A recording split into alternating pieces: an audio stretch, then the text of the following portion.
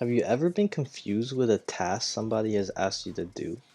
Is their request full of jargon and directions you're not always familiar with?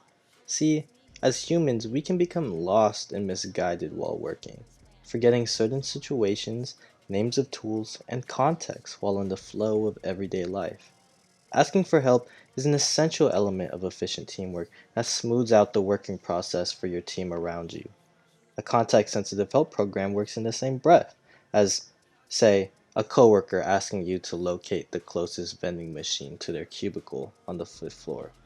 A context-sensitive help program is a program that assists the user by providing information and instructions when prompted for a task online. Now, let's take a look at some of the very first concept-sensitive help programs to hit the market. Microsoft Bob was one of the very first context-sensitive help programs to hit the market at launch, but was flooded by bad reviews for being a too dumbed-down interface for users, and later replaced by another program that became an internet sensation later on, years after its discontinuation. That internet sensation is Clippy. Clippy is one of the most famous and annoying context-sensitive help programs in internet history. What Clippy would do was serve as a program guide for first-time users of Microsoft, a resource help for when it came to locating certain features, or assist you in writing a letter during Microsoft Word's application. Being one of the first context-sensitive help programs, Clippy became incessant and annoying to users, with some focus groups mentioning that they felt Clippy was leering at them as women.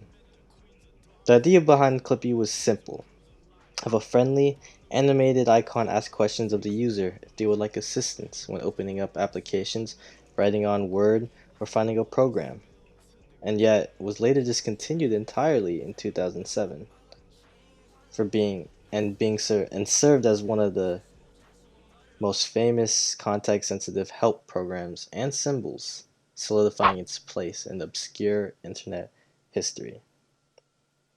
The idea behind Clippy was supposed to be friendly and simple.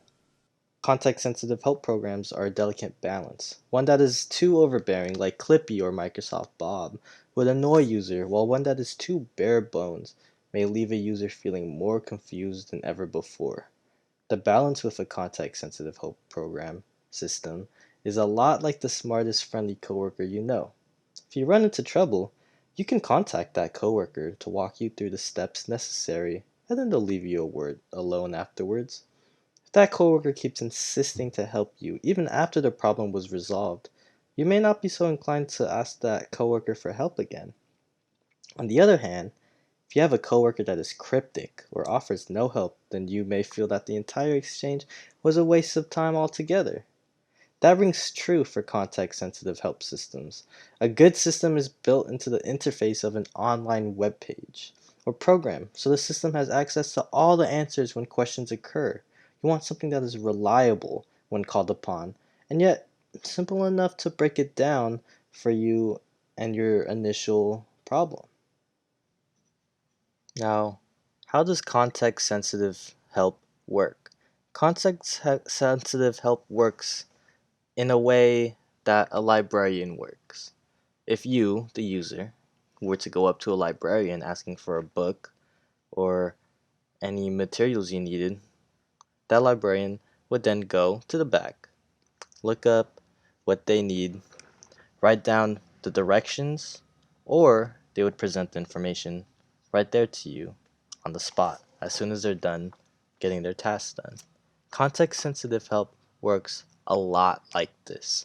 First, you have your application or the user interface, or more so speaking, the website that you need more help on. By clicking the big question mark window or the help button, a window would then open up with more information you may be looking for.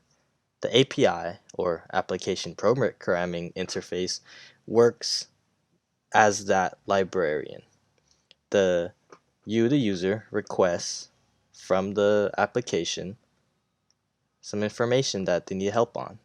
That API gets that information from the application, goes straight to the knowledge base, the back, finds where to find that information or the answers to that information until it is adequate enough, and then presents it back to you, the users, or the customers.